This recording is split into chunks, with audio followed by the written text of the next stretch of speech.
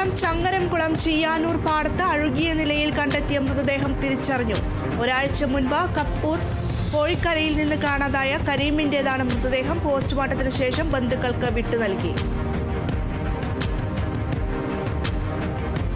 കൊല്ലം Sasthamkotta പുന്നമൂട്ടിൽ 3.5 kilo കഞ്ചാവുമായി എത്തിയ 2 പേർ അറസ്റ്റിൽ. കുന്നത്തൂർ തുരുത്തിക്കര സ്വദേശി സുരേഷ്, പത്തനാപുരം സ്വദേശി അഖിൽ എന്നിവരാണ് അറസ്റ്റിലായത്.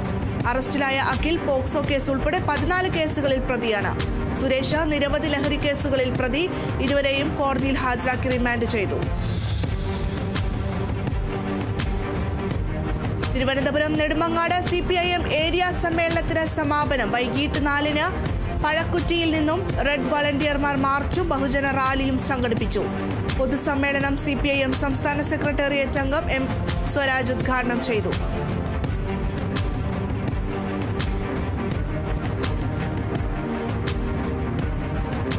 ലോക COPD ദിനത്തിന്റെ ഭാഗമായി തൃശൂർ ടെക്നിക്കൽ സ്കൂൾ വിദ്യാർത്ഥികൾ ലഹരി വിരുദ്ധ റാലി സംഘടിപ്പിച്ചു. പുകവലി ഉണ്ടാക്കുന്ന വിപത്തിനെ കുറിച്ചുള്ള ബോധവൽക്കരണമായാണ് റാലി.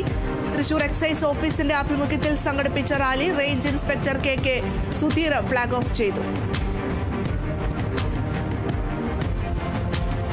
അമ്പലപ്പുഴ കരൂർ പായൽക്കുളങ്ങരയിൽ അടിപ്പാതയോ ഉയരപാതയോ നിർമ്മിക്കണമെന്നാവശ്യപ്പെട്ട് ജനകീയ സമിതി കളക്ടറേറ്റിന് മുന്നിൽ നിൽപ്പ് സമരം നടത്തി. 10,000 പേർ ഒപ്പിട്ട ഹർജി ഡെപ്യൂട്ടി കളക്ടർക്ക് നൽകി. സമരം പുറക്കാട് പഞ്ചായത്ത് പ്രസിഡന്റ് AS സുദർശനൻ ഉദ്ഘാടനം ചെയ്തു. തൃശൂർ ശ്രീനാരായണപുരം പഞ്ചായത്തിൽ സർക്കാർ പ്രൈമറി സ്കൂൾ വിദ്യാർത്ഥികൾക്ക് പ്രഭാത ഭക്ഷണ പദ്ധതി ആരംഭിച്ചു. 6 സ്കൂളുകളിലെ കുട്ടികൾക്കായി 7 ലക്ഷത്തിലധികം രൂപ ചെലവഴിച്ചാണ് പദ്ധതി നടപ്പാക്കുന്നത്. പഞ്ചായത്ത് പ്രസിഡന്റ് MS മോഹനൻ ഉദ്ഘാടനം ചെയ്തു.